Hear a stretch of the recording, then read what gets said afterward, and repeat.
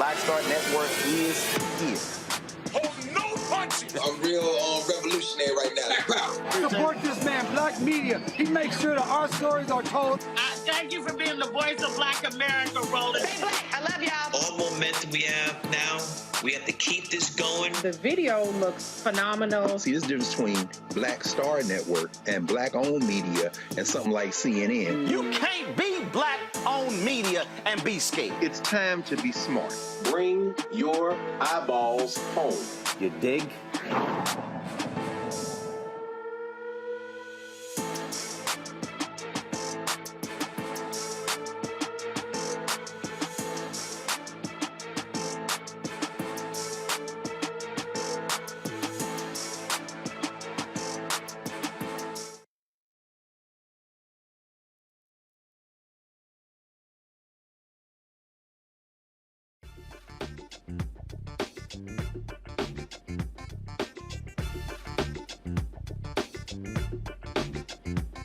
Today is Monday, October 3rd, 2022. Coming up on Roland Martin Unfiltered, streaming live on the Black Star Network. Supreme Court started this new term today. Tuesday, the court will hear a challenge to the historic Voting Rights Act that bars voting rules that discriminate based on race. I'll talk to two of the plaintiffs from Alabama. A black federal judge ruled Georgia election practices challenged by a group associated with Democrat Stacey Abrams do not violate voters' constitutional rights. Some folks are in their feelings about Vice President Kamala Harris saying the government's Hurricane Ian relief should prioritize communities of color who've always gotten the short end of the stick when getting relief funds. We'll break it down for you because she's not lying. The California high school football team season is over because some of the players thought it would be funny to hold a slave auction. Good. And California is the first state to ensure creative content cannot be used against the creator in a court of law, essentially rap lyrics. And also, Mark Levin. Remember on Friday I said that he called me out saying I would never invite him on the show to debate him? Well, being the punk he is, he hasn't responded to requests to appear on our show. In today's Fit, Live, Win segment, a nurse with type 1 diabetes and her husband developed a wellness plan for those suffering from the disease. Y'all, it is time to bring the funk on Roland Martin Unfiltered on the Black Star Network. Let's go. He's got it. Whatever the miss, he's on it. Whatever it is, he's got the scoop, the fact, the find. And when it breaks, he's right on time and it's rolling. Best believe he's knowing. Putting it down from sports to news to politics. With entertainment just for kicks, he's rolling.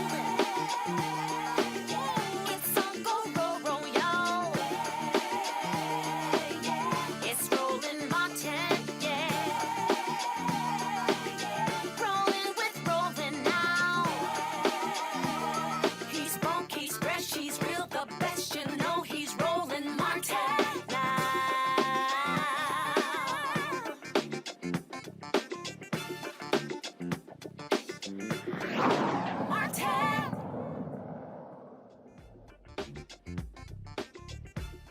Alabama is 27% black. They should have 2 congressional seats, but the Supreme Court put a stop to that being enacted for November midterm elections. They are going to take up a challenge to the Voting Rights Act that could very well determine whether or not provide a death knell, if you will, to the 1965 Voting Rights Act. Tomorrow, they're going to hear court arguments on the constitutionality of Alabama's Republican-drawn congressional map. A lower court, again, agreed that the redrawn congressional map violated the 1965 Voting Rights Act law by having only one district where black voters make up the majority. The Supreme Court removed a provision of the Voting Rights Act and permitted the Justice Department to check election laws in states with a history of racial discrimination. The court will look at a similar voting rights case in North Carolina and also Louisiana in the upcoming weeks, where there should be, the lower courts rule there should be a second majority black district in Louisiana, and as a third African-American. Joining us now is Kadia Stone, CREST Programs Coordinator and a grassroots community organizer for the Alabama Institute for Social Justice, and Shalay Ladaude, hopefully I got that right, a crowd fellow with the Southern Coalition on Social Justice. Glad to have both of you here. So let's break this down. The crazy thing is the court's rule, well, the Supreme Court stopped it. Then it was like, oh, there's not enough time to actually redo the districts. Well, we know that's a lie. Same thing in Louisiana. And so when you look at Alabama, 27% of the state population, you look at Louisiana, a third of the state African-American as well. And what Alabama has done, the Republicans, they basically packed all the black people into one district, one congressional seat. And without the VRA, the courts will simply allow Republicans to keep doing that. And what it does is it actually lessens black voting power because you're diluting it by putting them all in one district. You are absolutely right. We should have two based off our state population. And right now, the black voting power in Alabama is diluted. And they basically stayed the maps because they didn't want to screw over the candidates who had already filed to run for office this upcoming term. But I say it's always the right time to do the right thing. And so now black Alabamians have to go and vote for positions that align with a map that's gerrymandered, and it dilutes our vote. And look, but their strategy is real simple. They want to help white Republicans.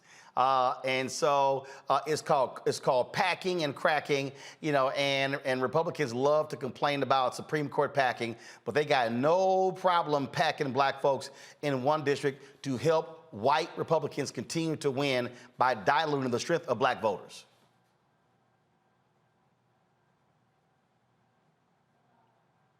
I agree.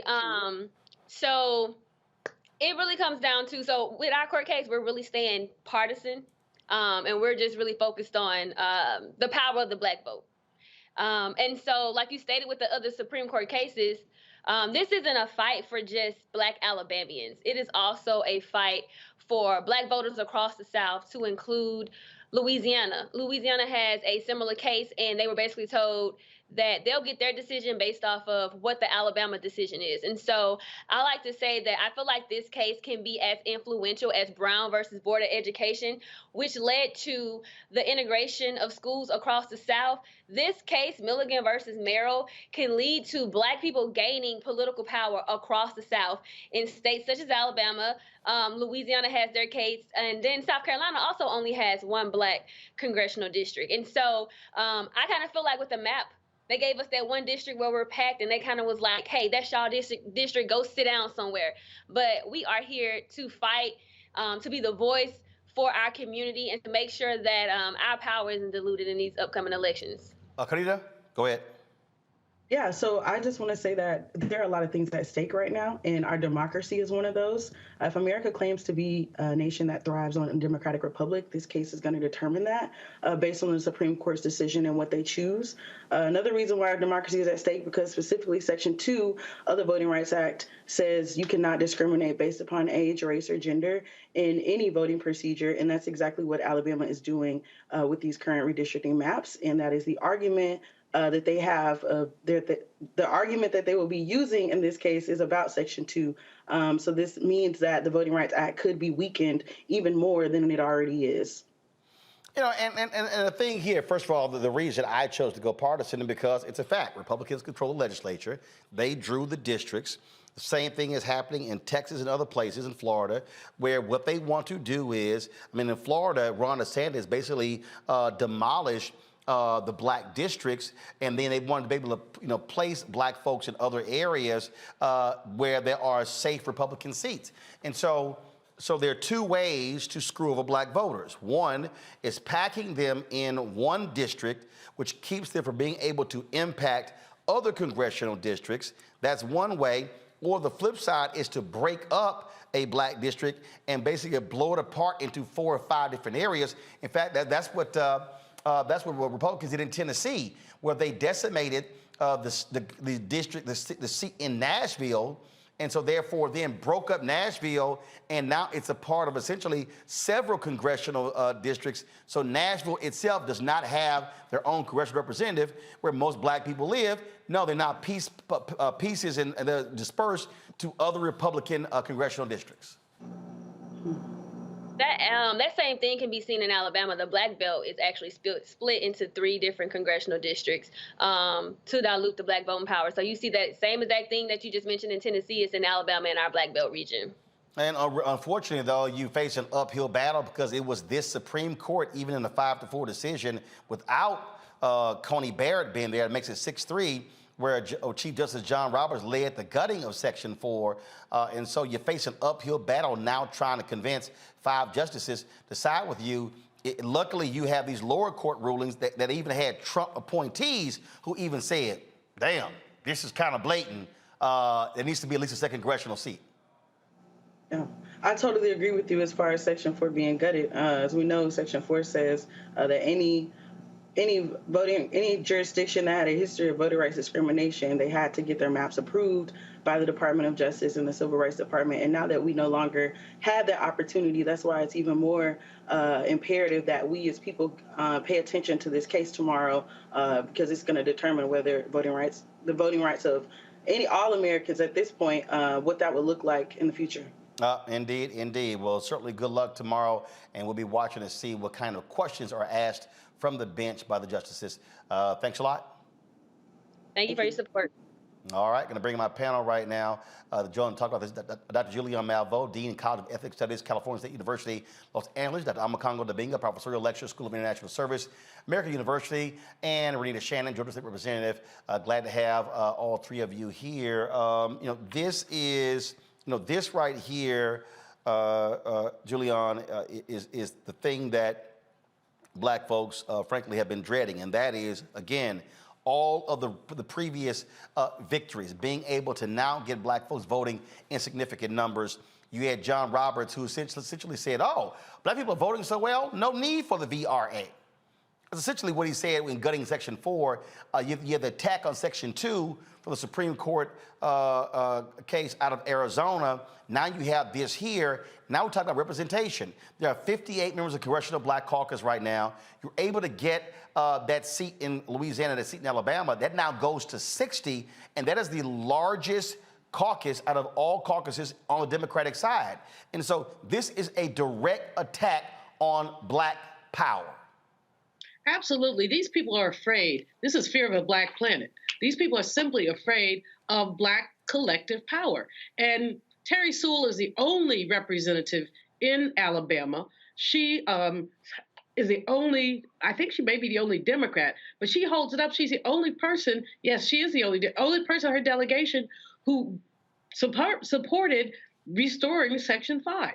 So these folks are afraid that they keep talking about democracy. That's a lie. As a young lady said in your previous segment, they keep talking about the right to vote, but unless you vote, they don't want us voting. They don't want us there. And the fact that this court is 6-3 does not bode well for us. Ketanji Brown Jackson, we love her. We're so happy that she's on the court, but she cannot make much of a difference. Where she will have power is in her dissenting opinions. If this goes down, she will be able, through dissent, to open the door for further challenges to these things that are going on. But it is disgusting, but it's where we are right now. It's simply where we are right now.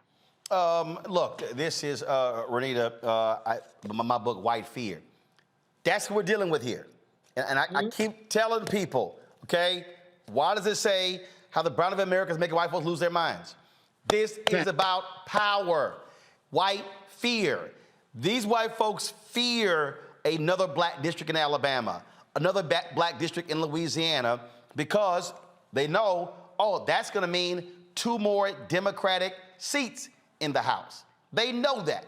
And so they do not want additional Black power. Look, in Texas, with the explosion of the Latino population, there were supposed to be essentially, Texas got several, I think it was like 4 new seats. The Republicans made like 3 of them Republican, 1 Democrat, because they didn't want those Latinos putting in Democratic members.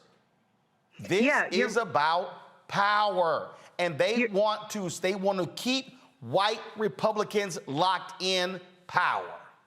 You're right. This is about white fear, and it is about maintaining power. We saw the same thing happen here in Georgia, where after our census, we saw almost 1 million more new people here in Georgia who were accounted for. It was mostly Black and brown folks, and you saw if anybody who's paying attention to Georgia's maps and their redistricting process, saw that Republicans, their party is almost all white, brought out maps that did packing and cracking. And Roland, you covered it on your show, when I confronted the bill sponsor, because these maps came before my committee, he didn't even know what packing and cracking was. And so this is a well-coordinated, consistent, and funded effort across the country of Republicans doing what they can to make sure that we do not see a fully representative democracy in this country. And in Georgia, it happened from the school board level all the way up to the congressional level. So what your guest said about this being a very important case, she's absolutely right. Because here in Georgia, we have a case also, but we were told, it's too close to the elections. We're not saying that your maps are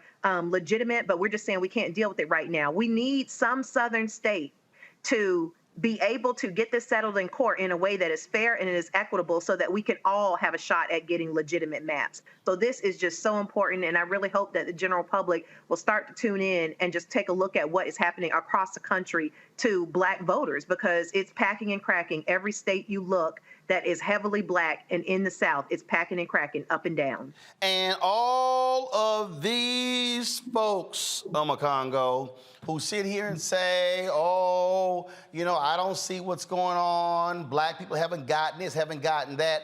This is a direct assault on Black people. This is about voting. It is about power. And so people who did not pay attention, to Schoolhouse Rock need to do so, because, look, what they're saying is we want to keep y'all disenfranchised. Your numbers have grown, but we don't want you to benefit from your numbers growing. We want you to have to be subservient to white Republicans. That's their strategy, period. Most definitely. And the thing that you said in your segment, which was really powerful, you as well as your guest, you talked about how this is a national issue that everybody needs to be paying attention to. And we know these other networks are not paying enough attention to it. And that's why this election coming up is so important, because as Chuck Schumer said, he gets 2 more senators. He's able to bring up the voting rights legislation that we've been trying to get, that Manchin and Sinema sold us out on. And these types of issues will be the direct target of that type of legislation. So really, at the end of the day, we can't just look at Alabama as an isolated case. We can't look at Georgia or Louisiana as isolated cases. These are the prime examples of what happened when those Voting Rights Act provisions got gutted. We're seeing it firsthand. And you said this pretty much every single day. You say it online, Roland, every single day. If we don't get it together now, it may be too late going into 2024. We have an opportunity to maintain the House. We have an opportunity to get control of the Senate and have a president in there who's going to fight to make sure that this is not a problem. So for anybody who's saying it doesn't matter, for anybody saying my vote, this is what we need right now. And coming in the next month or so, this might be our last chance for a while to really start to set the record straight for our community across the entire country. This is not just about 1 or 2 or 3 states. Absolutely, absolutely. All right, folks, hold tight 1 second. We come back on Roland Martin Unfiltered. Y'all, look, all these people, they running around, whining and complaining about Vice President Kamala Harris because she said we want to make sure there's equity in hurricane relief. These folks actually haven't read previous stories where Black folks in minority communities have not gotten equitable dollars. Yeah, we got receipts. We got them. And also, we got something to say to punk-ass Bill Maher, who had the audacity on his show this for Friday to say, drop Harris from the ticket because she's failed politician. We got something to say to you, too. You're watching Roland Martin Unfiltered on the Black Star Network. If you're on YouTube, hit the like button, the share button. Same thing on Facebook. Folks, let's hit 1,000 likes quickly. Let's also download the Black Star Network app, Apple phone, Android phone, Apple TV, Android TV, Roku, Amazon Fire TV, Xbox One, Samsung Smart TV, and also join the Bring the Funk fan club. Your dollars make it possible for us to do what we do. And so send your checks and money orders to P.O. Box 57196, Washington, D.C. 20037-0196. Cash App, $RM Unfiltered. PayPal's R Martin Unfiltered. Venmo's RM Unfiltered. Zelle, Roland at RolandSMartin.com. Roland at RolandMartinUnfiltered.com. We'll be right back.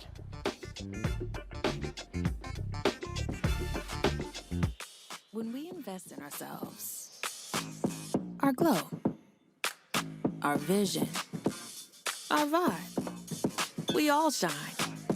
Together, we are Black beyond measure. We're all impacted by the culture, whether we know it or not. From politics to music and entertainment, it's a huge part of our lives, and we're going to talk about it every day right here on The Culture with me, Faraji Muhammad, only on the Black Star Network. Pull up a chair, take your seat at the Black Table with me, Dr. Greg Carr, here on the Black Star Network. Every week, we'll take a deeper dive into the world we're living in. Join the conversation only on the Black Star Network. When we invest in ourselves, we all shine. Together, we are Black beyond measure. What's up, what's up? I'm Dr. Ricky Dillard, the choir master. Hey, yo, Peace World, what's going on? It's the Love King of R&B, Raheem Devon, and you're watching Roland Martin, Unfiltered.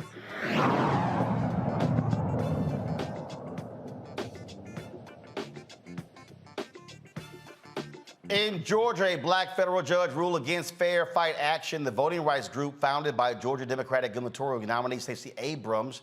The lawsuit accused Georgia Governor Brian Kemp, then Secretary of State, of using his position as the state's top elections official to promote voter suppression. U.S. District Judge Steve Jones, an Obama appointee, ruled in favor of the state. Judge Jones found that Georgia's election practices do not violate voters' constitutional rights.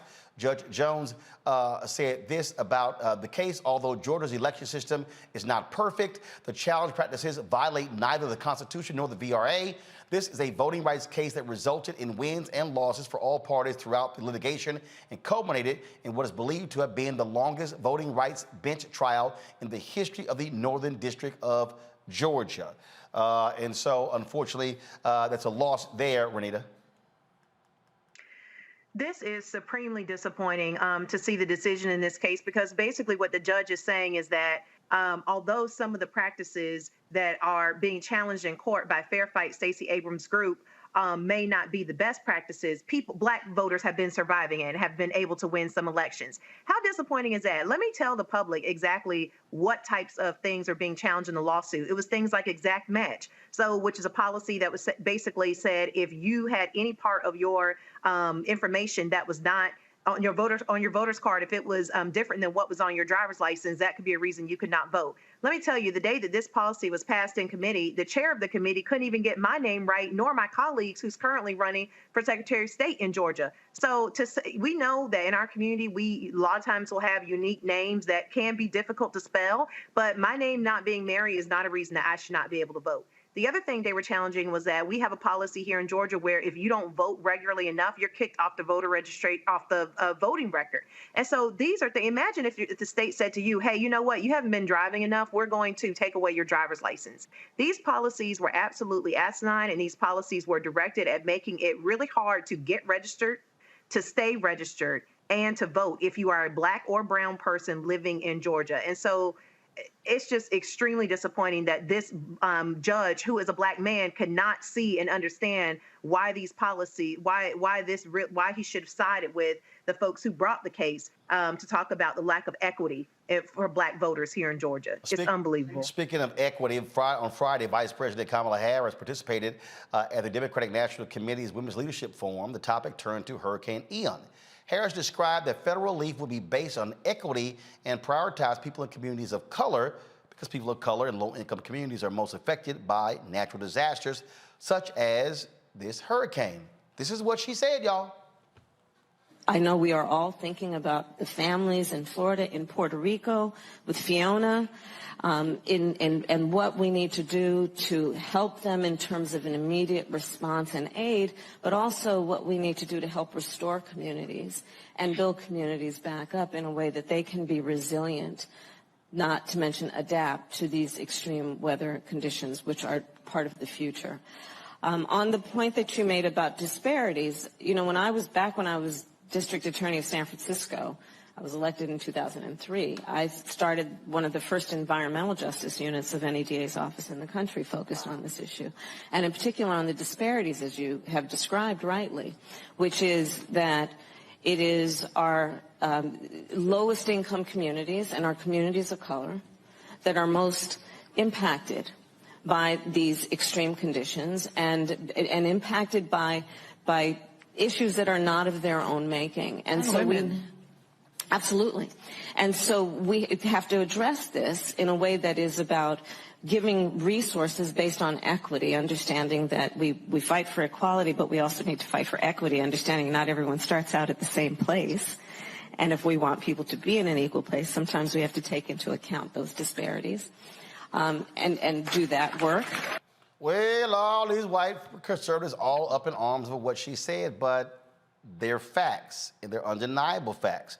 In fact, we're going to go to a couple of guests right now who are in Georgia, in an area of Florida that's impacted, where African Americans are greatly impacted. Aletha Shapiro, she's a social, racial, and reproductive activist and organizer, and Cindy Bunyai, hopefully I pronounced that correct, Cindy, who is running for Florida Congressional 19th District. Glad to have both of you here. You heard what the vice president said. You got all these white conservatives who are upset with what she had to say, but the facts don't lie. All across the country in previous natural disasters where minority communities were impacted, a lot of the dollars did not flow to those areas. They flowed to largely white, middle class, and affluent areas. Yeah, you're 100% right. We are sitting here in Naples in a mobile home park that had flooding that was up to one man's chest, as he described it. And you can see some of the items that they lost behind us. They're completely ruined. And we saw people getting evacuated from Fort Myers and Sanibel, and that was the priority. Those wealthy areas in Southwest Florida got their needs met before these folks who are still to this day without power and without resources for their homes. And they weren't even told to evacuate here until it was too late. They found out when the water was rushing up. Yeah, they evacuated in the middle of the night, as one man told us. Aletha, so y'all are there, and you've been posting photos and videos in Naples, Florida, and people hear that and they think, oh, that's one of the affluent areas, but everybody who lives there all don't have money. Yep.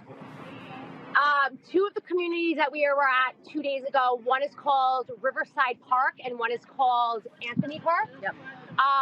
They are literally in the physical shadows of a brand new multi-million-dollar complex within walking distance to the crown jewel of Naples, which is Fifth Avenue, where, it's Fifth Avenue. And Rick Scott, who lives here in Naples on the Gulf of Mexico, literally passes these communities every day to leave his house, basically. And you would almost, if you blink, you would miss the communities. They're so small.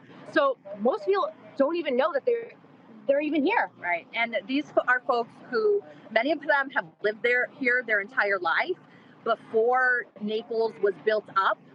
They are victims of gentrification, and a lot of them are just waiting for a disaster like this to be pushed out, so this can be redeveloped into high, income properties, right? But these folks are also the engine of the economy here. They are working in the retail sector, the hotel sector, the restaurants. They are small business owners, and they are the lifeblood and the original folks who were here in this town. So, and obviously, the president has promised that the resources are going to come to the area. But what we also know, governors play a decision. Look, I was born in Houston, Texas. When the hurricane hit, when Hurricane Harvey hit there, lots of money went to Texas. The governor specifically refused to give any money to Harris County. So, yes, you're right. Here in the state of Florida, we have Governor DeSantis. Now, I will say he loves Lee County because he handpicks all the folks who are in power here. But they are doing what they always do, doing handouts to their friends, making sure that their buddies get in the contract. That's the same thing in the Good Old Boys Network that they do here in Southwest Florida. And what we've also seen here is that, much like other Republican-run areas in our state and around the country, you have people who are completely incompetent running things. So they waited to the very last minute to give the emergency evacuation order. We had less than 24 hours to evacuate for this devastating storm. Many places, most places like where I live up by Fort Myers, we had only like 3 hours before we were supposed to be sheltered in place to evacuate.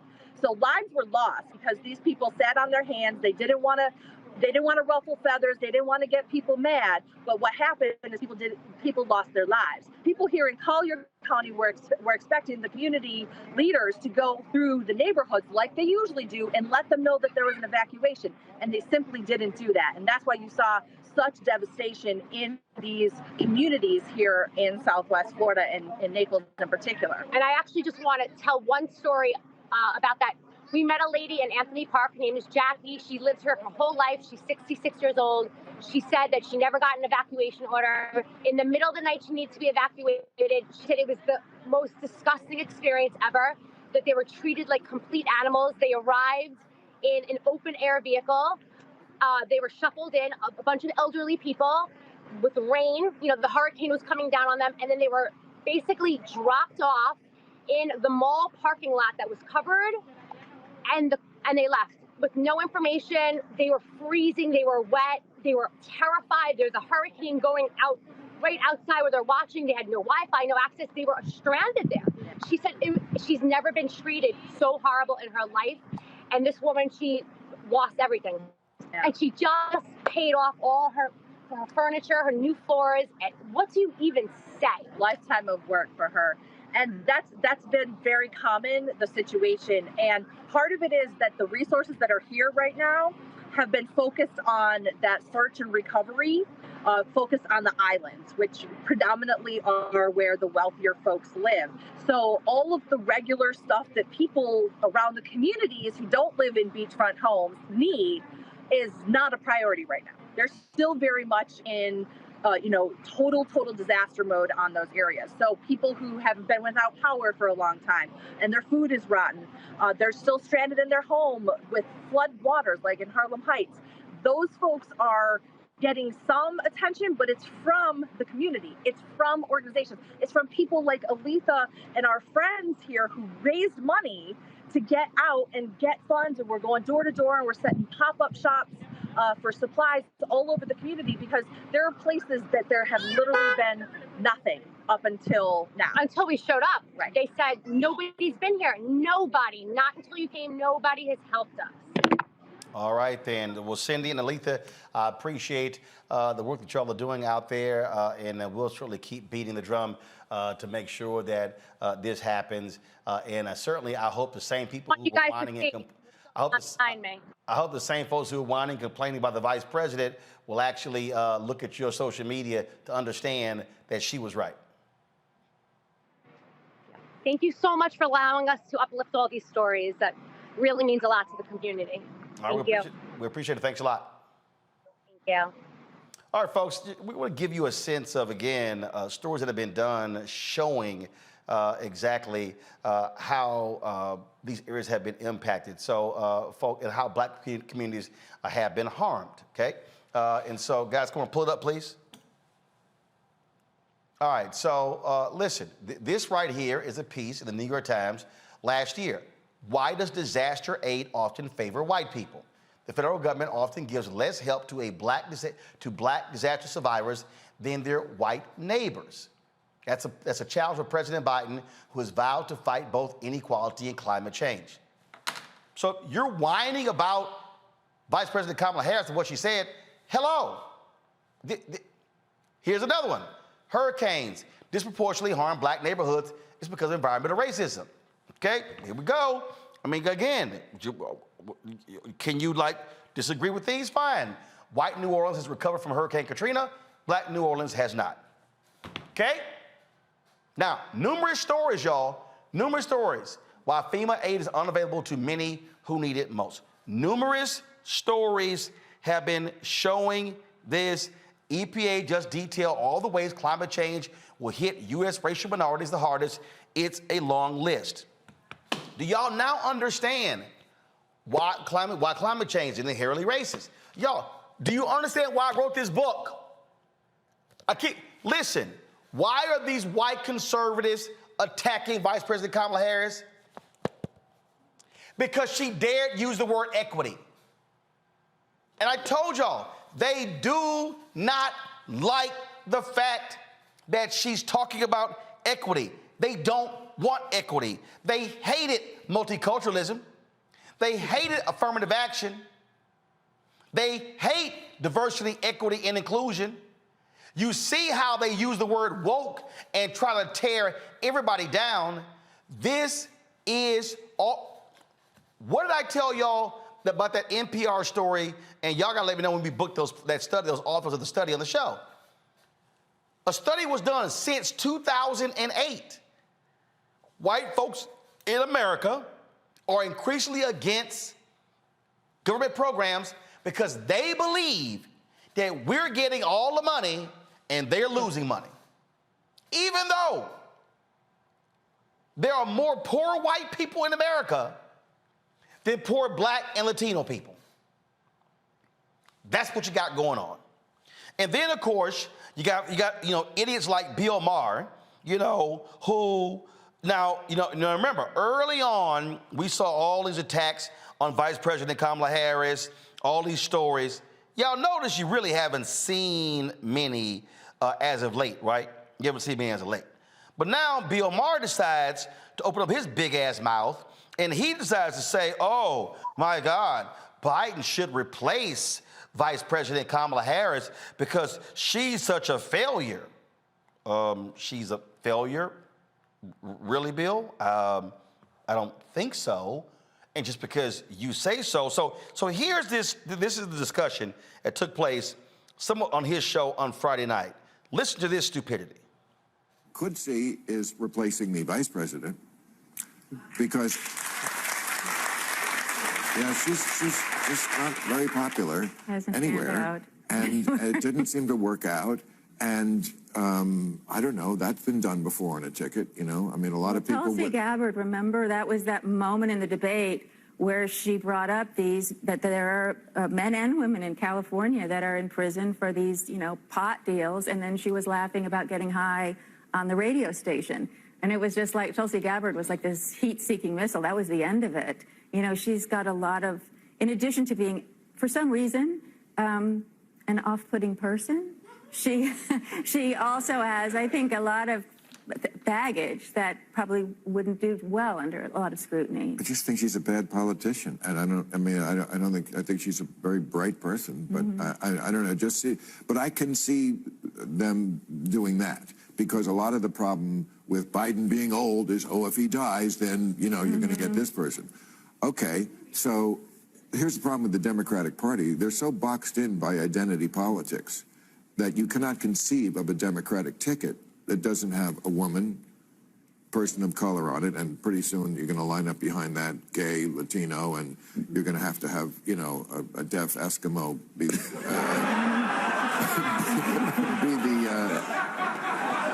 I think it's Allen. But am I right that they are boxed in by identity? Well, first of all, I see it differently in that I don't think Kamala has caught fire yet or found her footing. I think that's true. I think the polling data says that. But I don't think that she would be a weight on the ticket. What I will say is this. You talk about identity politics.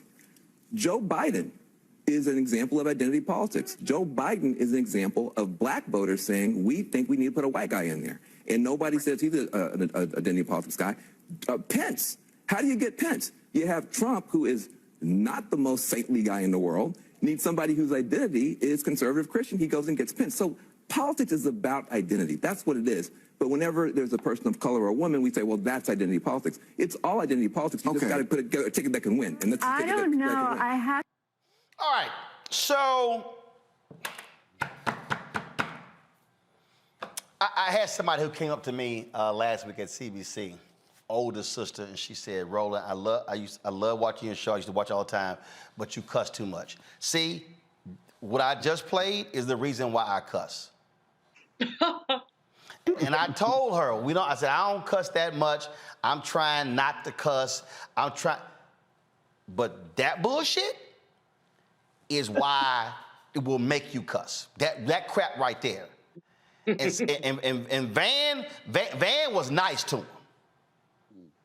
Van was real nice to him.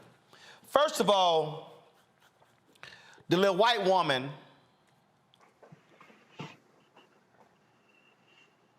I would have said, what the hell is off-putting? Mm-hmm. I would have said, I need you to explain to me off-putting.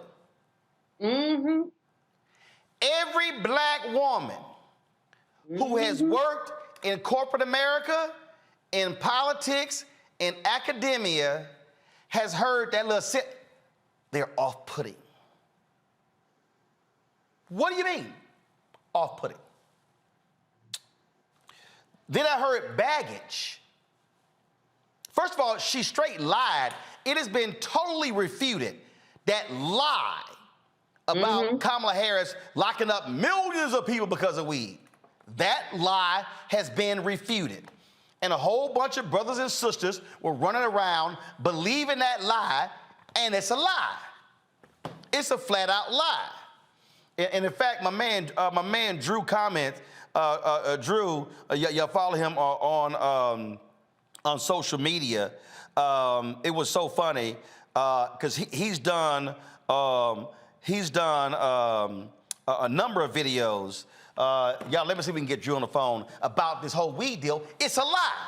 So that woman just lied, and Bill Maher said nothing in correcting her. Then he said, bad politician. Do you know who is the most effective person for the White House right now in talking about the Dobbs decision and Roe v. Wade in the political context? Vice President Kamala Harris. Do you know who played a significant role in pushing Biden on the student loan debt relief?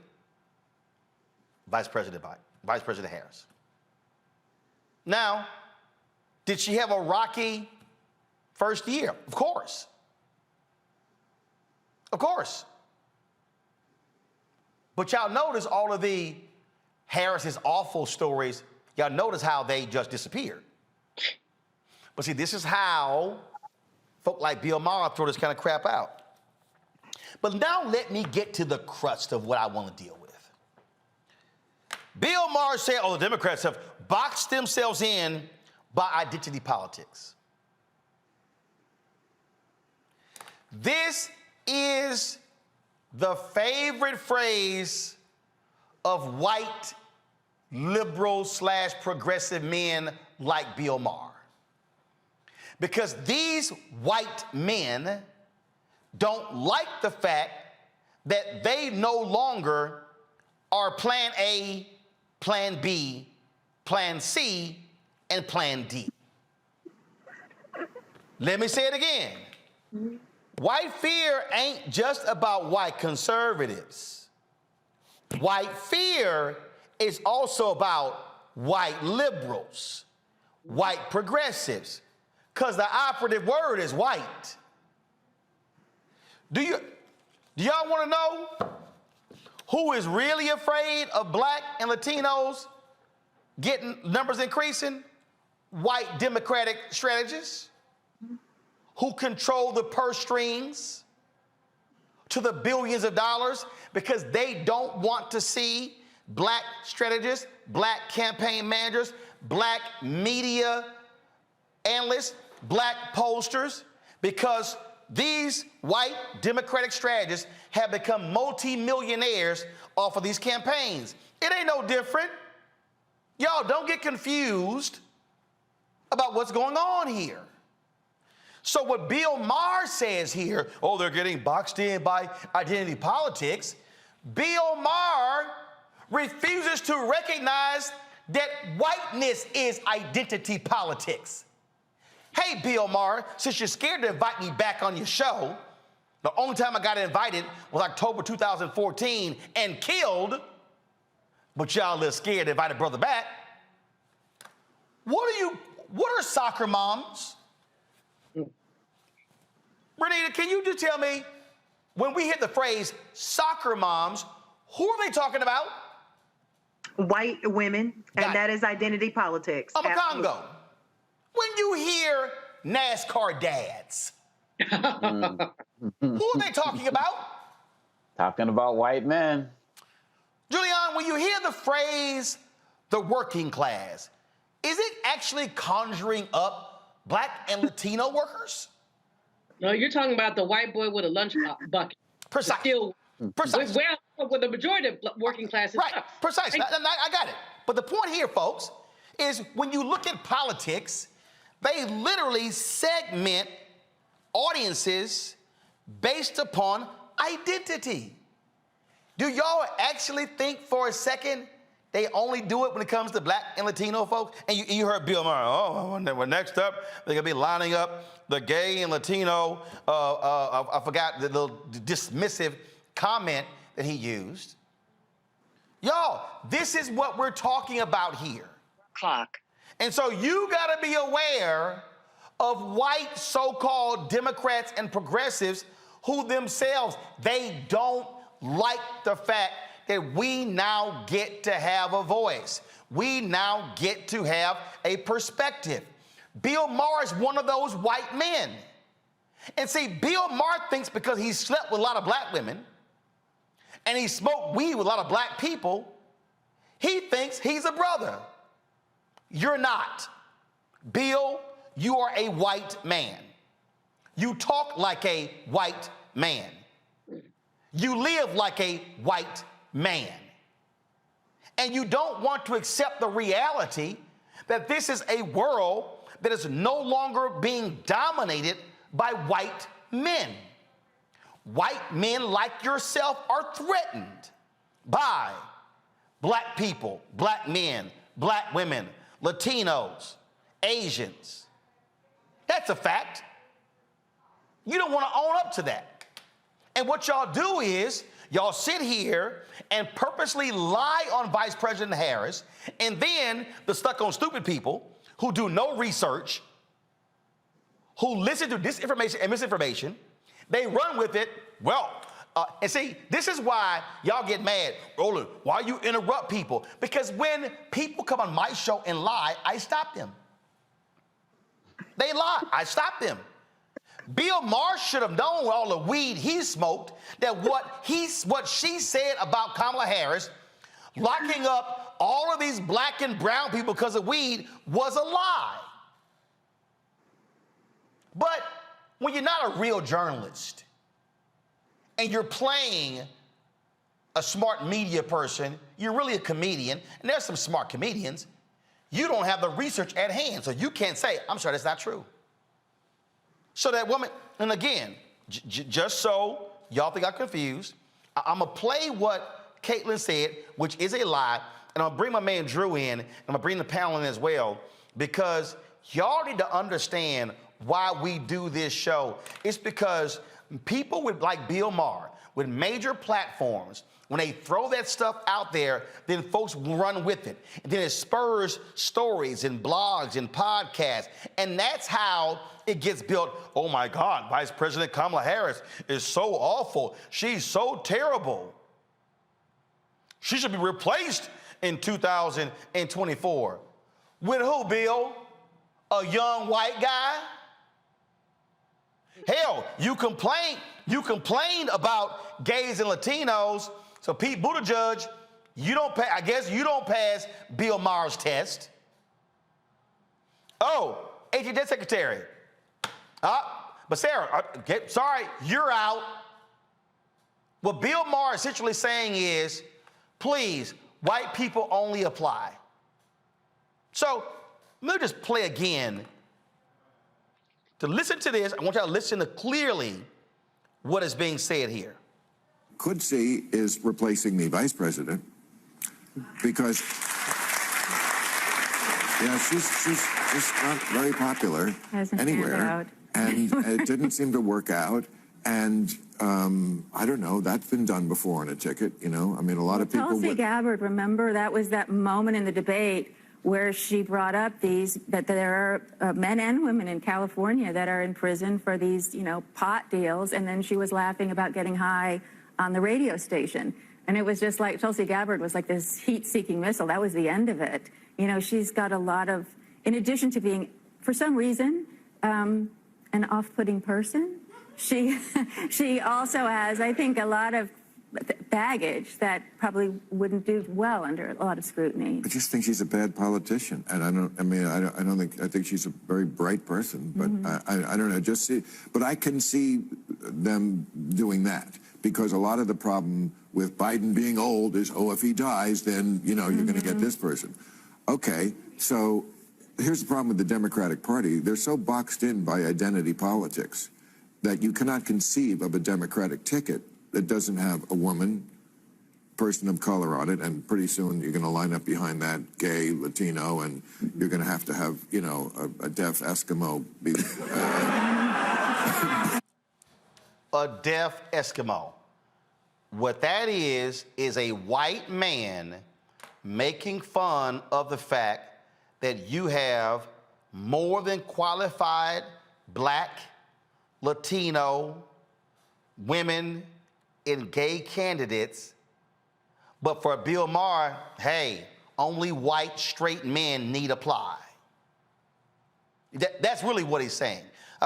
Drew, I called you because you just heard what that fool Caitlin had to say, and Bill Maher did not correct her at all. Drew, can you hear me? Hear you loud and clear. You hear me? All right. So she sat here and just lied. And how Tulsi Gabbard just blew her away about all of the men and women who Kamala Harris locked up because of weed and pot smoking. Bill Maher didn't correct her. You've done numerous videos completely just dispelling that lie. Well, yeah, because it's not true. It's pretty easy stuff to look up too. The moment with Tulsi Gabbard, it's easy to be loud and wrong. But in the moment, when people can't fact check you in real time and make you seem like you know what you're talking about. But the fact of the matter is everything that she said was an outright lie. It was misinformation, disinformation way before we even had a COVID situation. But Kamala Harris literally is the opposite of what that. She did not lock up a bunch of black people for weed. As a matter of fact, when she became San Francisco DA, over the length of time of her DA reign, the admissions for state prison marijuana imprisonment fell 66% over her predecessor. Like the last guy locked up 135 people to state prison when marijuana was the most serious charge. Over the same amount of time, Kamala Harris locked up only 45. So that's a drop. Even when she became Attorney General, same thing. First of all, Attorney Generals don't even prosecute marijuana cases. I say it all the time. That'd be like the CEO of Target ringing you up on aisle 3. That ain't gonna happen. But even then, even during that time, the actual imprisonment for marijuana fell during her time as AG. So this mythical time that she was locking people up for weed, we ain't seen it in real life. But y'all got some good imaginations, though. And I've learned that. Well, and again, when people like this go on national shows and repeat the lie, and no one corrects the lie, then somebody watching goes, well, there it is. She was horrible. She was sick, but she was a cop. And she was just locking people up and just throwing the key away. And then the black folks ran with it. Oh, she locked up all these brothers. She didn't care about brothers. She didn't care about sisters. Or they took one case and said, oh, that represented all the cases. And folks were simply lying. And that's what Bill Maher calls baggage. Yeah, baggage. Yeah, that's funny. Now, we call it now. Now you said I'm knee deep in the debunking the misinformation on COVID vaccines game. We call it disinformation, and we call it just very dangerous, to be honest with you, man. Like when something goes out long enough and nobody's there to correct it, it can gain so much traction. People really start to believe it, and so they don't even know the fact that Kamala Harris is one of the original pioneers of something called restorative justice with her Back on Track program in San Francisco, to where instead of getting people locked up for something like, I don't know, a little bit of weed or 2 grams of crack, you give them jobs, you give them employment training, job readiness training, you give them education so they get their GED, you help them with their credit, parental training, and so on and so forth, rather than putting them in prison cells just because they were trying to sell some drugs so they could make some money to feed their family. So it's the misinformation game definitely is something that it's dangerous. It's lucrative for the people who know how to capitalize on it, but it definitely is dangerous in the overall perception of public health and public policy. All right, Drew, I appreciate it, man. Thanks for jumping on real quick. I appreciate it. Appreciate it, everybody. Get vaccinated, get boosted. We're done. All right, thanks a bunch. Bringing my panel here, Juliana Amakongo, Renita. It really pisses me off. It pisses me off when I watch this stuff. When I listen to this nonsense, and again, I've been saying this for years. President meets with black pastors, but when they white, he meets with pastors. President meets with Latino leaders, but when it's a room full of white CEOs, he meets with CEOs. Identity politics includes white people.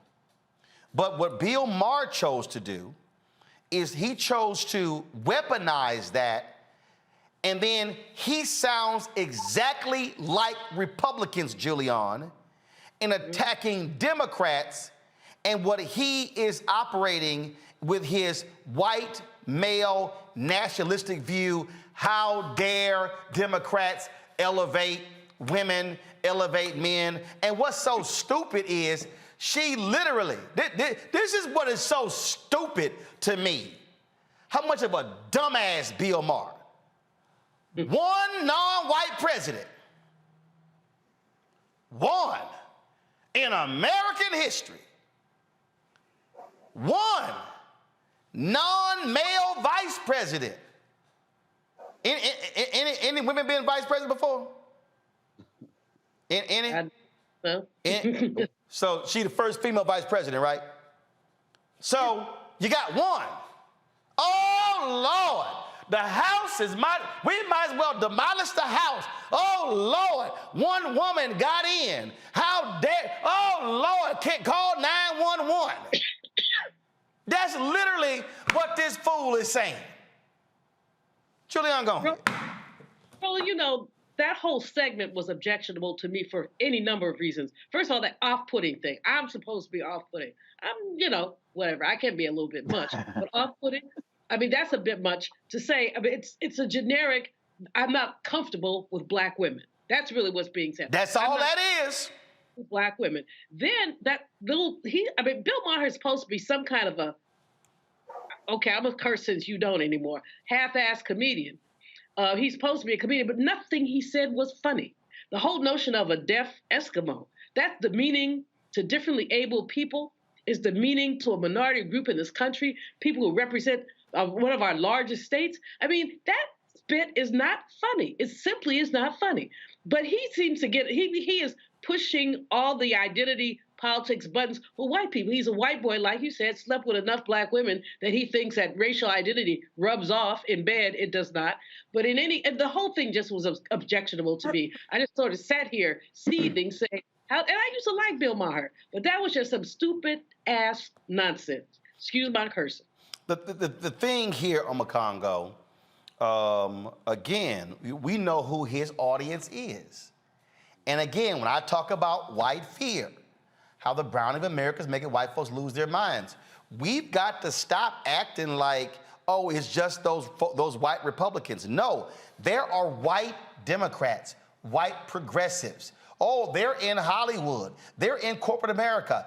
They can't stand the fact that they now have to post jobs. They can't stand the fact that in some cases they gonna have some black bosses. And oh, hell no, don't let me have a Latino boss. We are seeing this. Whiteness has always defined America, and what they don't like, when one gets in, it's like, damn, the whole world's going to pot. So, and if I was on the show, I would say, okay, Bill, since you criticize having a woman and having a black Latino, well, fine. Who your top three choices? He probably would have named 3 white men, 3 white straight men. Go ahead, Omakongo.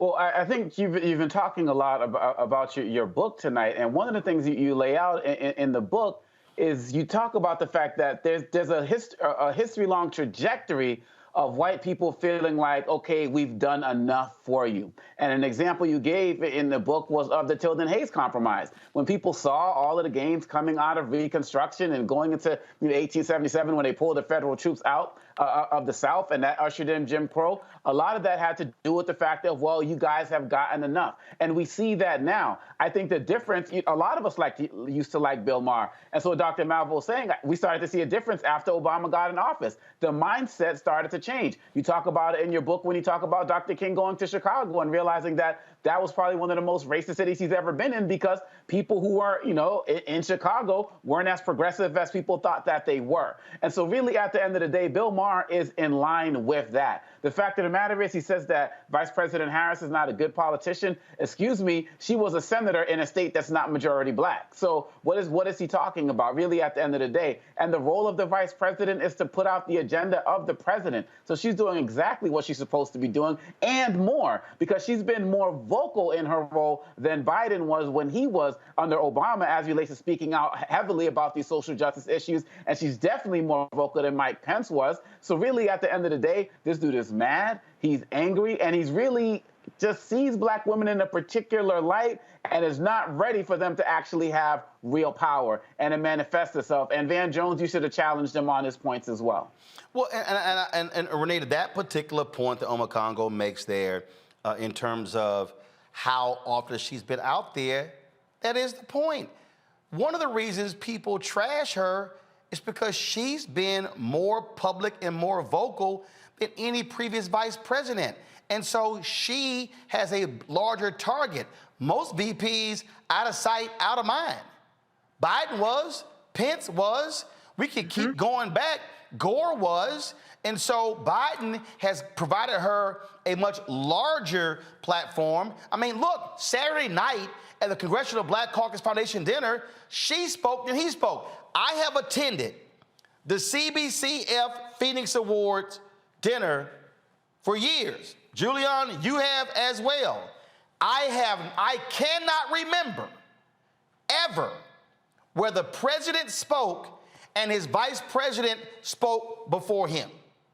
Now, people can say, well, that's because she's a black female. Okay,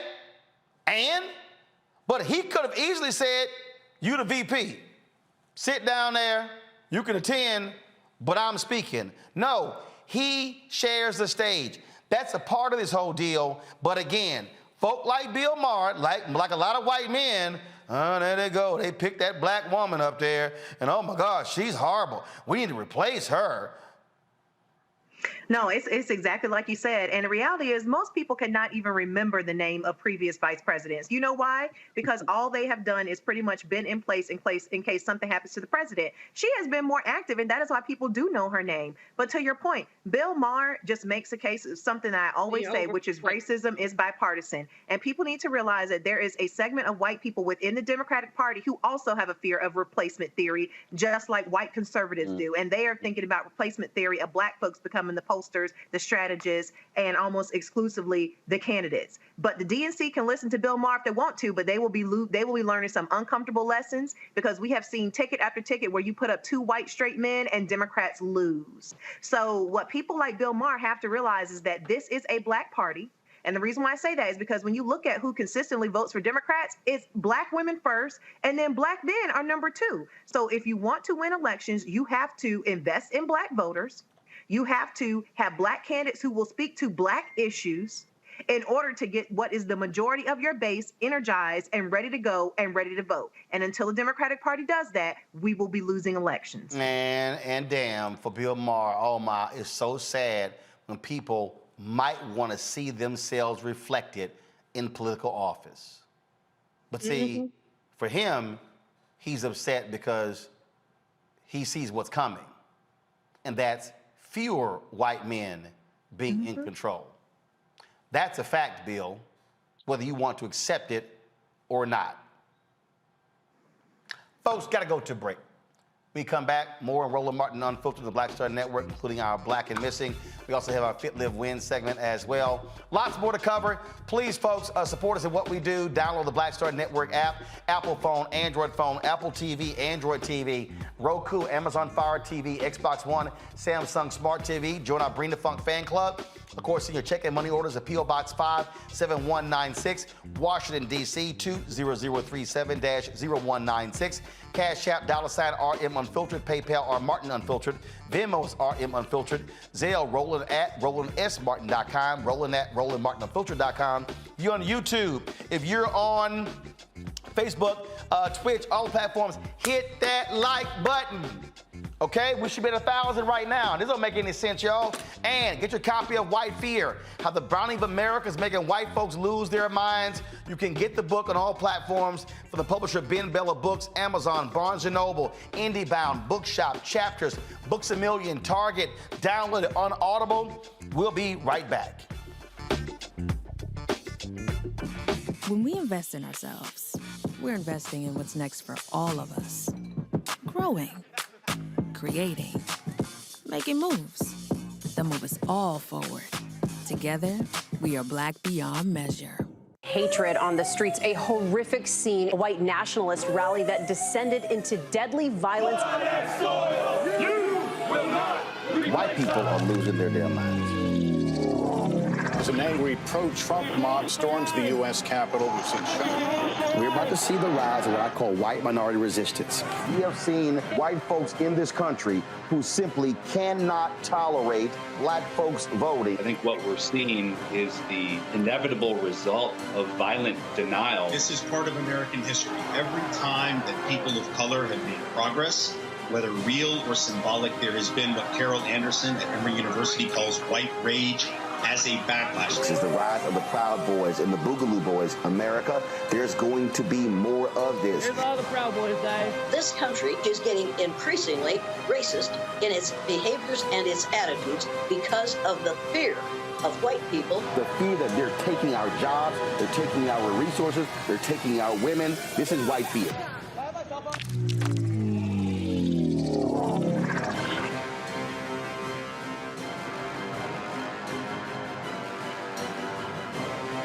When we invest in ourselves, we all shine.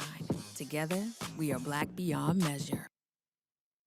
Don't you think it's time to get wealthy? I'm Deborah Owens, America's Wealth Coach, and my new show on the Black Star Network focuses on the things your financial advisor or bank isn't telling you. So watch Get Wealthy on the Black Star Network.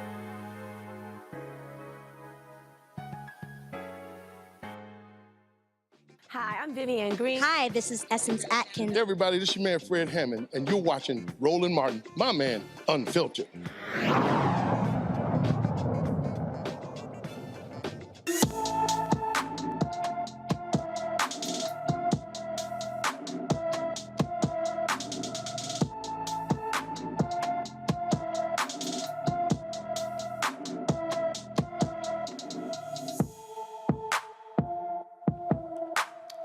Diamond Womack disappeared from Frederick, Maryland on September 22nd. The 15-year-old is 5 feet 7 inches tall, weighs 160 pounds, with brown hair and brown eyes. Anyone with information about Diamond should call the Frederick, Maryland Police Department at 301-600-2102, 301-600-2102.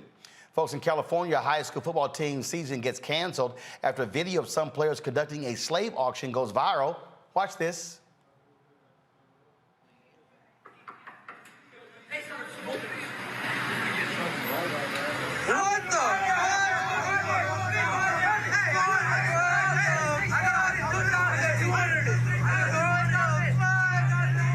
This happened at River Valley High School in Yuba City, California. Some football team members participated in the prank auction of black teammates. School district officials saw the video, and the Yuba City Unified School District Superintendent Doreen Osumi called the video unacceptable and deeply offensive. Osumi released the following statement following discussions with the students who were involved in the unfortunate and extremely distressing incident at River Valley High School.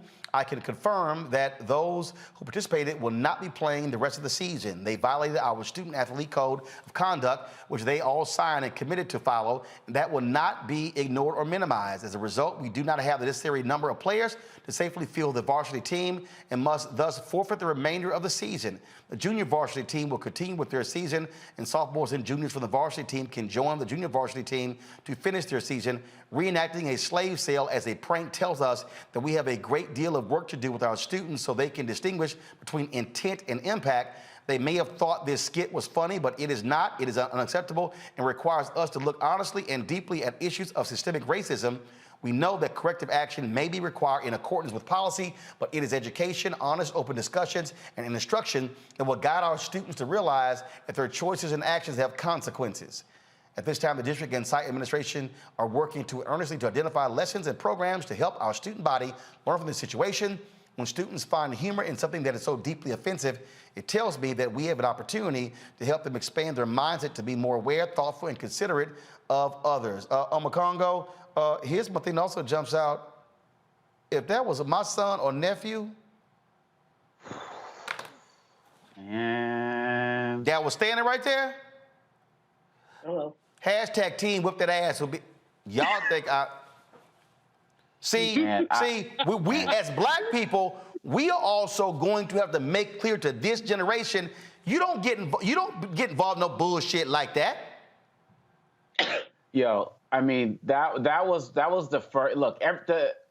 The response from superintendent was perfect in terms of hitting all of the right tones. But my mind all day, Roland, has been wrapped on these black students and what they have been taught or not taught at home to feel the need. Because I don't care if this is hazing, I don't care if this is any type of peer pressure. When you are taught as black people to stand on your principles in every way, shape, or form, you in no way, shape, or form participate in something like this. And we have seen all across the country our young black students demonstrate incredible courage and fortitude in the face of serious adversity, whether it be at sporting events, whether it be at Black Lives Matter protests, and just our young people have made us proud in every single way, but not all of them.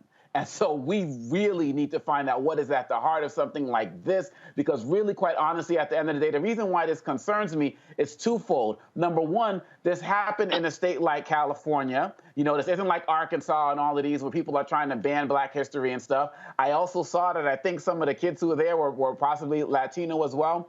But as we're removing history from the schools, and if we're not teaching it at home and in our communities, we're going to have future generations of more black children who are going to see something like this and think that it's cool because they do not know the history. And all of us here on this show tonight, we all came from communities where we were taught that school is not going to be the primary teacher of our culture. It comes from our home and from our communities. And so in all of our communities across the country, we got to make sure we're snatching up all of our kids right now and make sure they're getting the history and the knowledge that they so far haven't gotten in school and they're going to get less of if some of these states continue to have their way.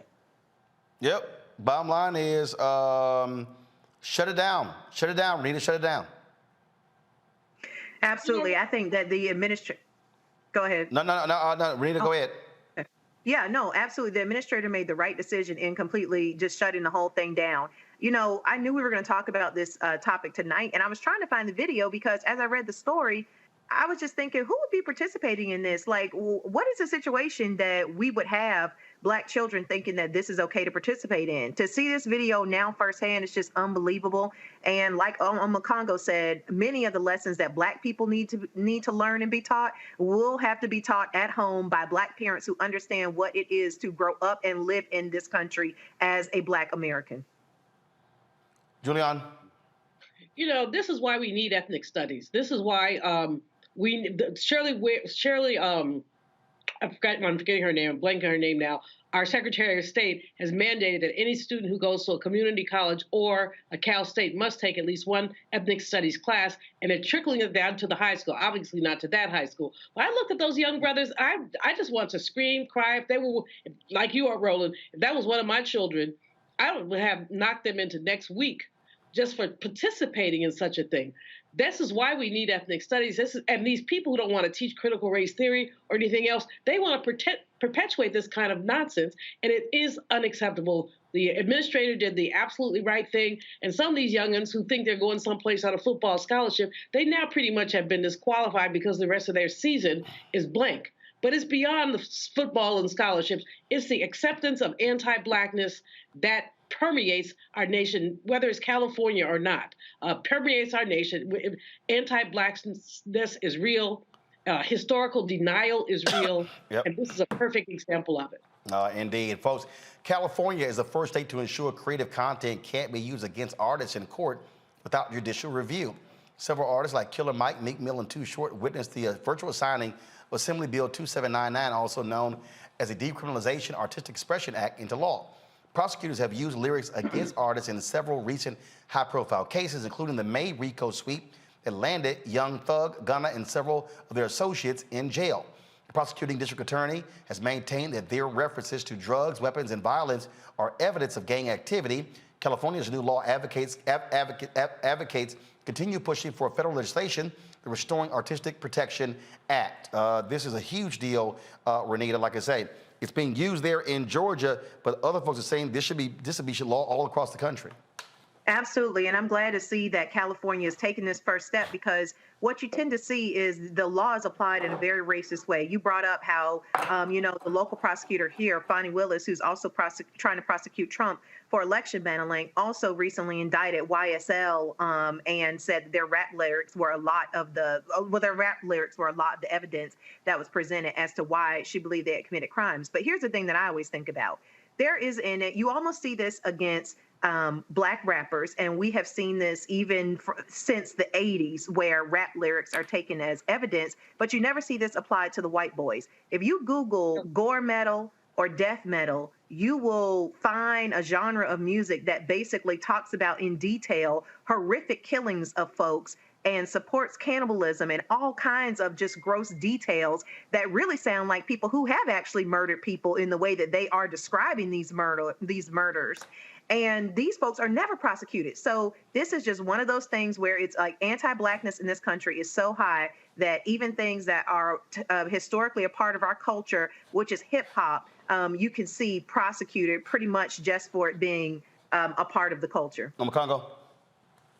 Look, as a rapper myself, I wouldn't want people using my lyrics. I remixed a Biggie song, and I started out as I sit back, relax, read a book, watch the press. I think about the world leaders that I'd like to X. Like, I don't want people coming at me and saying I was trying to assassinate folks. These are just songs. And going off of what Renita is saying, my thoughts are twofold. People don't take guys like Arnold Schwarzenegger and take what they did in The Terminator and use it in court cases and the like. And so, yeah, you got to protect our artists. At the same time, I think our rappers need to be mature enough in understanding that other states have not made this ban, right? So they are going to come for you. And you have to know that, and you're going to put out your lyrics. You have to know that these might be potential consequences. It's wrong, it's racist, and it's another way to target Black men. And so artists have to really make that balance if they want to take those chances in the states that they're in until they get these types of laws passed. All right, folks. You know what? Let me do this here. Let me go to a break. We come back. Yo, I love driving white conservatives crazy. And poller Mark Levin was just beside himself on Friday after I moderated the voting panel at Congressional Black Caucus Foundation, ALC. He went on a 12-minute rant on his show and said I would never invite him to my show. Well, somebody called me that night, and I did. They ain't responded in 3 days. Hit Dog Will Holler. I'm gonna play some of that for you and talk about on the flip side. Plus, we're gonna talk about in our Fit, Live, Win segment, a woman who battled type 1 diabetes. She's trying to help others as well. You're watching Roland Martin Unfiltered on the Black Star Network. YouTube folks, hit the damn like button. More than 2,000 of y'all just hit the button. It ain't that hard. Like, move on. If you're gonna comment, hit the like button, all right? I wanna see 1,100 by the time we come back from this break. Back in a moment. When we invest in ourselves, we all shine. Together, we are Black beyond measure. I've always said this, rather than to continue to fight for a fair piece of the pie and the equal slice of the pie, I want my hand on the knife that cuts the pie. And to that extent, who bakes the pie and who puts it in? And that's one of the things that got me involved in going into politics in the first instance. I'm tired of people making decisions for me. Right. And mine. I want to be a part of that decision-making process. And luckily, it has paid off in terms of seeing the progress that many people in America have made, particularly people of color. One thing bothers me now that we seem to be losing that. Right. By saying that we've got to be more concerned with other people than those people who were here. We built America.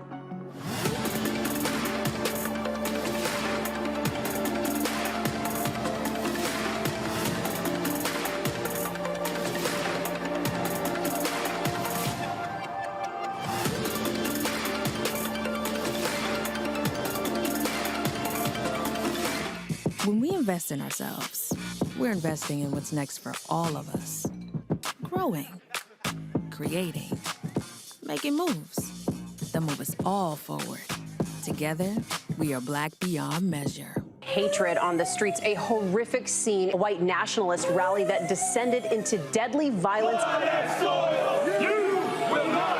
White people are losing their damn minds. As an angry pro-Trump mob storms the U.S. Capitol, We're about to see the rise of what I call white minority resistance. We have seen white folks in this country who simply cannot tolerate black folks voting. I think what we're seeing is the inevitable result of violent denial. This is part of American history. Every time that people of color have made progress, whether real or symbolic, there has been what Carol Anderson at Emory University calls white rage as a backlash. This is the rise of the Proud Boys and the Boogaloo Boys. America, there's going to be more of this. Here's all the Proud Boys, guys. This country is getting increasingly racist in its behaviors and its attitudes because of the fear of white people. The fear that they're taking our jobs, they're taking our resources, they're taking our women. This is white fear.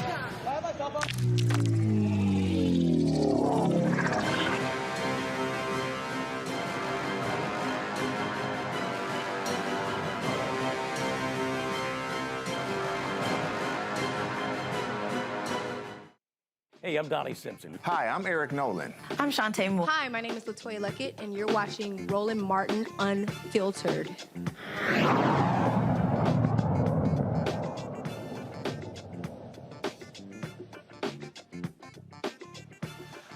Oh, white conservative radio talk show host Mark Levin was beside himself because we dared to speak the truth about voting rights in this country. On his show Friday, he was just losing his mind, ranting and raving about me and Maya Wiley. Listen to this fool. So the party that believes in democracy doesn't even care or comprehend that we're not a democracy, that we're a republic, a constitutional republic.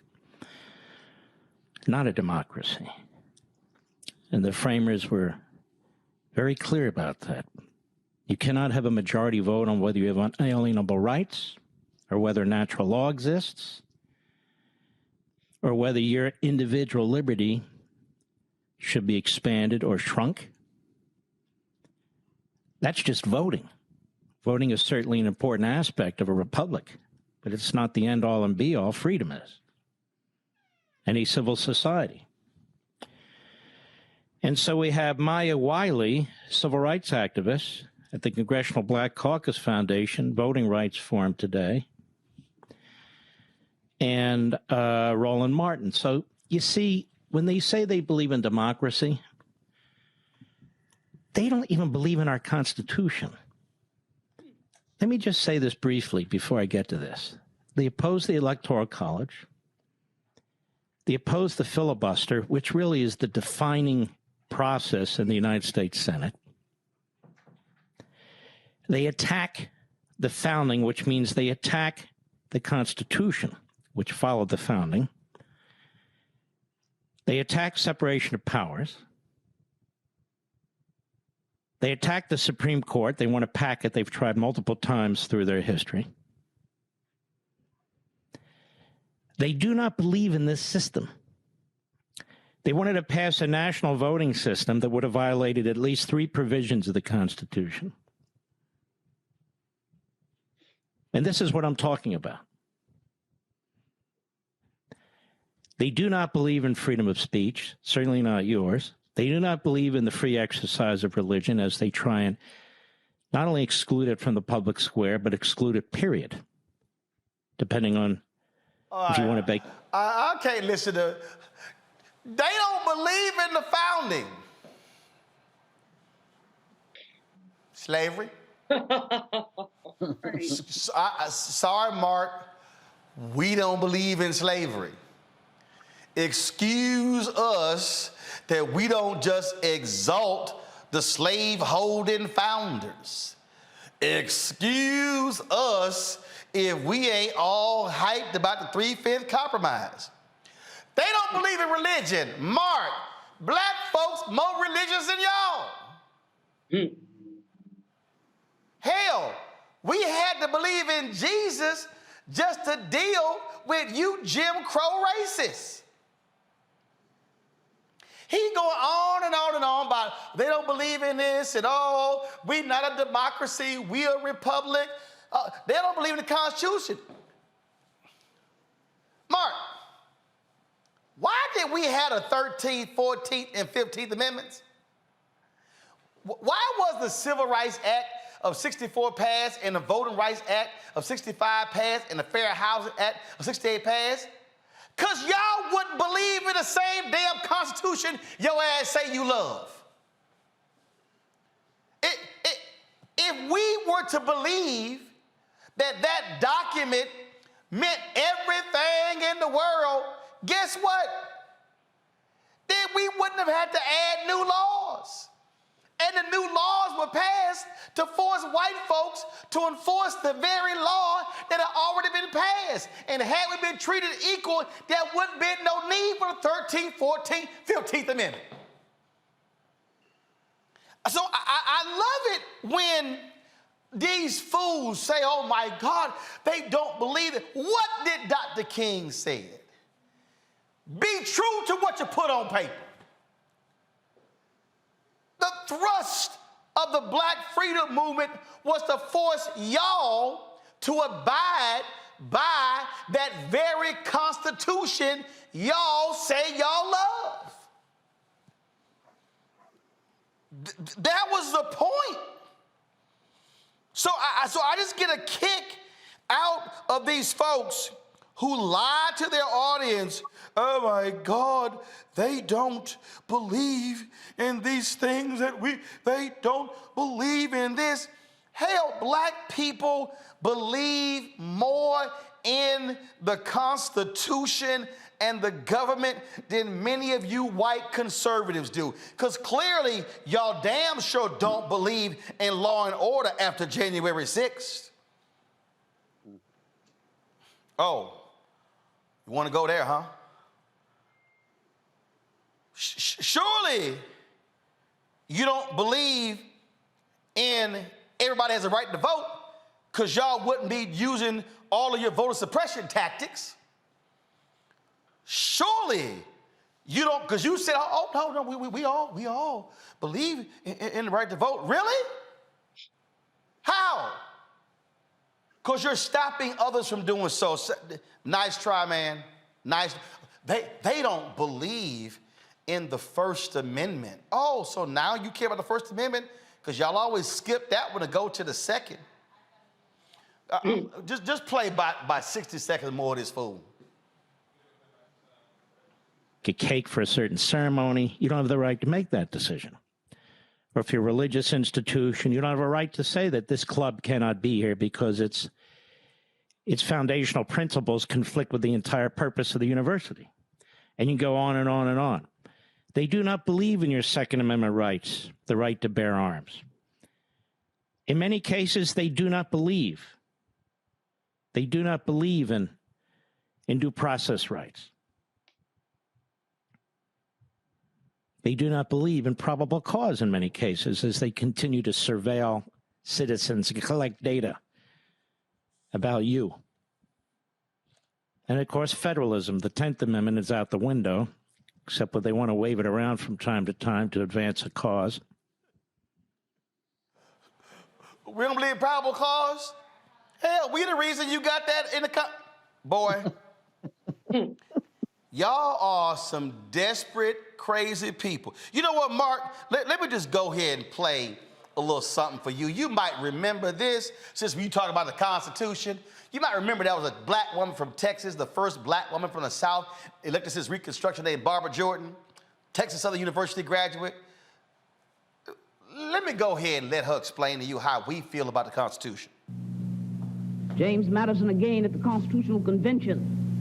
A president is impeachable if he attempts to subvert the Constitution. The Constitution charges the president with the task of taking care that the laws be faithfully executed. And yet, now, that was a lot of Constitution she was saying. That was a whole lot I heard right there from her about the Constitution. You know, but the one you say we don't believe in. Yeah, I heard that. But I love what she said at the beginning. I love this. Go ahead. The purpose of general debate, not to exceed a period of 15 minutes. Thank you, Mr. Chairman. Mr. Jordan. Mr. Chairman, I join my colleague, Mr. Rangel, in thanking you for giving the junior members of this committee the glorious opportunity of sharing the pain of this inquiry. Mr. Chairman, you are a strong man, and it has not been easy, but we have tried as best we can to give you as much assistance as possible. Earlier today, we heard the beginning of the preamble to the Constitution of the United States. We the people. It's a very eloquent beginning. But when that document was completed on the 17th of September in 1787, I was not included in that we the people. You hear that, Mark? We were not included in we the people. Continue. I felt somehow for many years that George Washington and Alexander Hamilton just left me out by mistake. But through the process of amendment, interpretation, and court decision, I have finally been included in we the people. See, Mark, this is really why you so mad. Because we now get to speak. We now got to actually sit in the convention center that black people were barred from in the past. It drives you crazy that white police officers no longer dominate the Washington, D.C. police force, where they used to get those racists from Virginia and West Virginia who did so. See, I know it was just killing you that we actually get to have our own opinion, and the cameras of C-SPAN were there to broadcast it, and we were streaming it on Black Star Network, owned by yours truly. See, I know it must pain you when we actually get now to own stuff and we get to actually use the First Amendment. So it's a little hard to say we don't like the First Amendment when we're actually using the First Amendment, which is why you were commenting. I digress. Today, I am an inquisitor, and hyperbole would not be fictional and would not overstate the solemnness that I feel right now. My faith in the Constitution is whole, it is complete, it is total, and I am not going to sit here and be an idle spectator to the diminution, the subversion, the destruction of the Constitution. And that, Mark, is what you can't stand. You cannot stand that we have read the same Constitution y'all wrote. And what you cannot stand is that we have used that same Constitution against you. We have used the same Constitution that was not written for us and was not designed for us to force y'all to give us the same respect and rights as you had when you were born. That's why you so upset. And then in your rant, you sat here and said, oh, he would not invite me on his show. Well, Mark, I invited you on my show Friday night. Ain't heard from you Saturday or Sunday or Monday. Did so on Twitter. A producer reached out. Y'all ain't said nothing. Because you know why? Because your little weak ass didn't think I was actually going to do it. You can come on this show anytime and we can have that debate. I'll go on your radio show. I'll go on your Fox show. I'll meet your ass on any street corner in D.C. I'll meet you in a phone booth. I'll meet you anywhere. You can pack the audience with all your fans and I still show up to whoop your ass. Because I ain't afraid of you or nobody else. So you tell me, Mark Levin, when you want to go at it. I'm always ready. I don't even need advance warning. You just say when. See, this right here, Julian, Congo, and Renita, is what drives them crazy because, see, they think they are the experts on the Constitution. And what they cannot stand is that we are not going to accept a document that never had us in mind. We are going to change it in order to, it is relevant in the 21st century. That, Julian, is what drives them crazy because white men like Mark Levin cannot handle the fact that they, just like Bill Maher, they no longer get to call all the shots in 21st century America. And that's why they've been manipulating the law. That's why they've been suppressing the vote. That's why they've been attempting to sideline Black voices. And that's why Bill Maher had the temerity to say something about, or was the Caitlin, one of them, all white people look alike to me, but said something about Kamala Harris being off-putting. It is off-putting to have white people opine about people they should not even talk about. That Levin person, I don't even know who he is, never heard of him. That lets you know how much TV I don't watch. But clearly, his rant was so inappropriate and so unlettered, ignorant. We talk about what they don't believe. He doesn't know what we believe. Congo?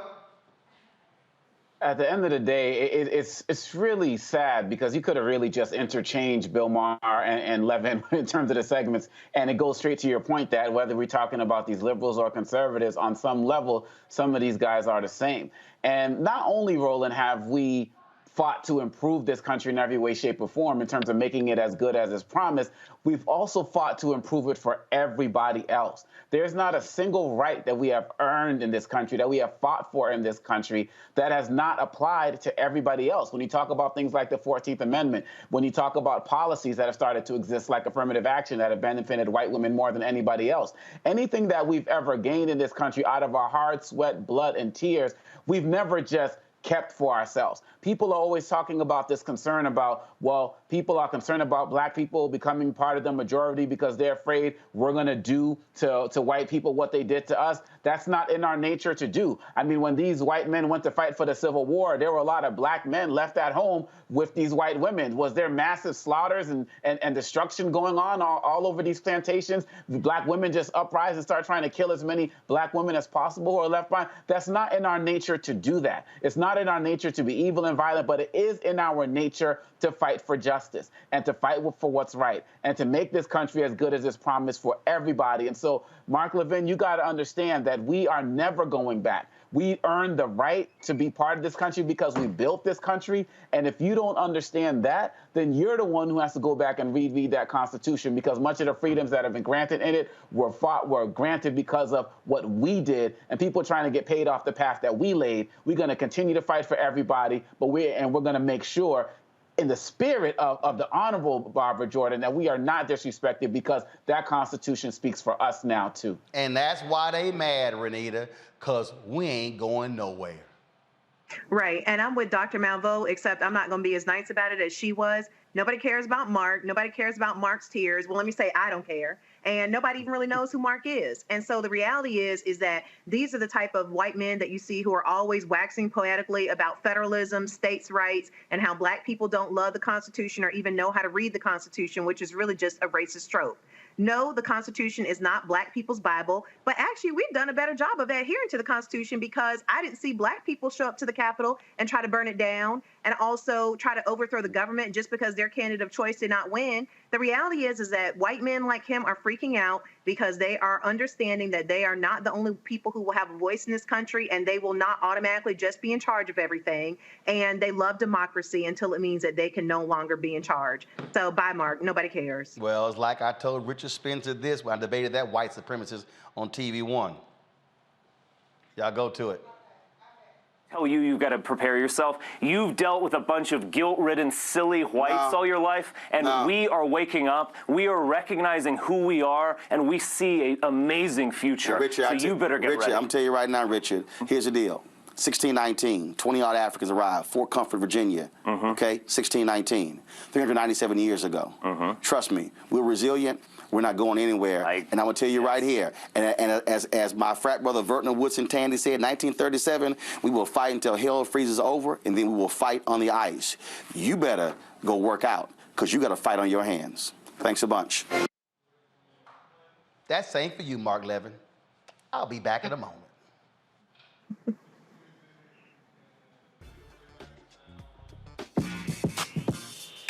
When we invest in ourselves, our glow, our vision, our vibe, we all shine. Together, we are Black beyond measure. Hi, I'm Dr. Jackie Hood Martin, and I have a question for you. Ever feel as if your life is teetering and the weight and pressure of the world is consistently on your shoulders? Well, let me tell you, living a balanced life isn't easy. Join me each Tuesday on Black Star Network for A Balanced Life with Dr. Jackie. We'll laugh together, cry together, pull ourselves together, and cheer each other on. So join me for new shows each Tuesday on Black Star Network, A Balanced Life with Dr. Jackie. When we invest in ourselves, we all shine. Together, we are Black beyond measure. We're all impacted by the culture, whether we know it or not. From politics to music and entertainment, it's a huge part of our lives, and we're going to talk about it every day right here on The Culture with me, Faraji Muhammad, only on the Black Star Network.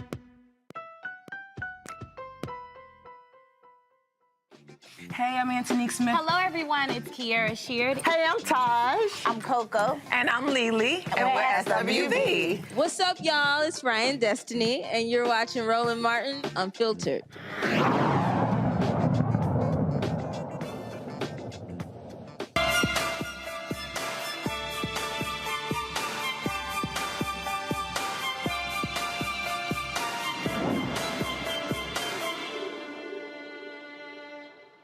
She's battled type 1 diabetes all her life. Now, Marquita Butler wants to help others. She and her husband have developed a customized fitness and dietary plan for those who have diabetes to reach their health goals. Their one rule, you got to keep moving. She joins us right now from Lithonia, Georgia. Marquita, glad to have you here. So you say keep moving, and it's interesting. You know, a lot of people, they get focused on, oh my goodness, you got to be lifting weights and working out, cardio, whatever. But I've had other people say, look, your body needs to be in constant motion versus being sedentary. Is that what you're saying? Correct, for sure. And so you developed this, but really what led to it? Yeah, type 1 diabetes, but was it friends or the families who you were seeing having the same problem, and you said, hey, these folks need some help? I'm also a registered nurse, so I take care of these patients on a daily basis. So my goal became to become focused on prevention more so than curing disorders and diseases. Because once you get to the phase of being diagnosed, it's very hard to be cured. So the main thing is you want to live with it and be able to live a healthiest possible life. And when you talk about keep moving, but what do you recommend? Because again, now we hear 10,000 steps may not be the number to hit or whatever. And so what are you suggesting to people about keeping it moving if they don't have a home gym or anything along those lines? Find something that's fun for you. You know, get out with the kids, go skating, play basketball, play football, run around the neighborhood, fly a kite, you know, just get that body in motion. That's the main thing. And whatever it is that resonates with you, then stay focused on that. You talked about dietary, and so what are the basic things that you let folks know that they must do when it comes to their diet? Because trying to get people to drastically change is real hard. Yeah, that's very hard. So the main thing is getting adequate water intake. That is the key thing. And the other thing is adding fruits and vegetables to your diet on a daily basis. So whatever it is, I tell people, whatever you normally eat, maybe just cut it in half and then add a salad on the side, add a piece of fruit, and you'll notice a huge difference. You know, instead of having 4 pieces of fried chicken, you do 2, and then you have a salad and some fruit on the side. You know, just trying to find a way to balance it out. You're there in Georgia, so Renita, I'll start with you. A question for Makita.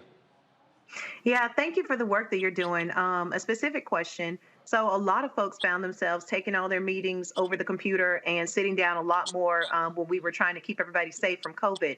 What do you recommend for folks who might have who are coming off of 2 years of sitting down too much? How do they get back into, being really active? Because I saw it with your video, you were doing a lot of things that if you've been inactive for 2 years, you probably won't be doing all of that immediately. So what do you recommend for people to just get back into the habit of being active?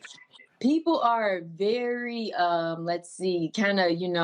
they shy away from just basic walking in your neighborhood, walking in your neighborhood park. Just say, hey, today I'm going to do a 1/4 mile. Next week I'm going to aim for a 1/2 mile, running up your steps or walking up your steps, just getting on the floor, doing some crunches, some push-ups, some basic stretching. Stretching goes a long way, especially the older we get stiffer. So that's a very vital part that should be included in our lives. Makongo. Well, I definitely want to commend you on the incredible work that you're doing and in saving lives. And some of those videos made my knees hurt. But I really give you props. It looks great. Could you speak about the importance of community groups and people getting together? Because some people just say, oh, I don't really feel like working out. But then sometimes they may get a little bit of motivation by coming together. Can you speak to that and its benefits? It's fine. Yeah, I tell people to challenge your friends, your loved ones. Tell them, if you love me like you say you do, come with me to this park. Come with me to this boot camp. Come with me to this swim meet, or basketball, or, just find something to do. And once people get together, you are more likely to be encouraged when you have a partner. So find somebody, even if it's just 1 or 2 people, and grab the kids. Like, we're trying to train them to live a healthy life as well. So use them as your workout buddy. They're trying to burn some energy off anyways. So it's very important to include them as well. Julian. Sister, first of all, I watched your video, and goodness gracious, I don't think I could do any of that. So I know what you mean when you see extreme workout. But what does extreme workout mean for someone like for an ordinary person who does spend probably most of the workday in front of the computer or, at a meeting, and basically I let my exercise routine go during COVID. I still walk a lot, but extreme, what does extreme workout mean to an ordinary person? To an ordinary person, it seems like a lot, but I always say start from the basics, go from, just the walking, the stretching, the moving your arms, to just, up and down, just get in motion. That's all. Whatever that means for you, just move. All right. There are folks out there who want to get more information on your fitness and dietary plan. Where do they go? They can go to butlersextremetraining.com, or they can reach me at Instagram at @thegoldengoddess_. All right, then. So, look, we appreciate it. Thanks for putting together, and good luck with it. We appreciate it. Thank you much. All right, Renita, Makongo, Juliana, I certainly appreciate y'all being on the show. Thank you so very much. Folks, that is it for me. I'll be seeing y'all for tomorrow from New York City, tomorrow and Wednesday. I got to go tape the appearance tomorrow on the Breakfast Club for my book, White Fear. Be sure to get your copy, folks. White Fear, how the browning of America is making white folks lose their mind. Available at Ben Bella Books, Amazon, Barnes & Noble, IndieBound, Bookshop, Chapters, Books A Million, Target. You can also download it from Audible or order through your favorite black bookstore.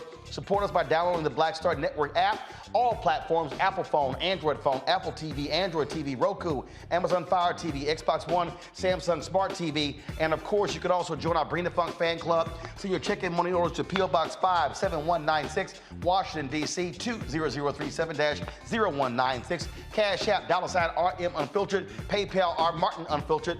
Venmo is RM Unfiltered. Zelle is Roland@RolandSMartin.com. Roland@RolandMartinUnfiltered.com. Folks, I'll see you tomorrow. Holla!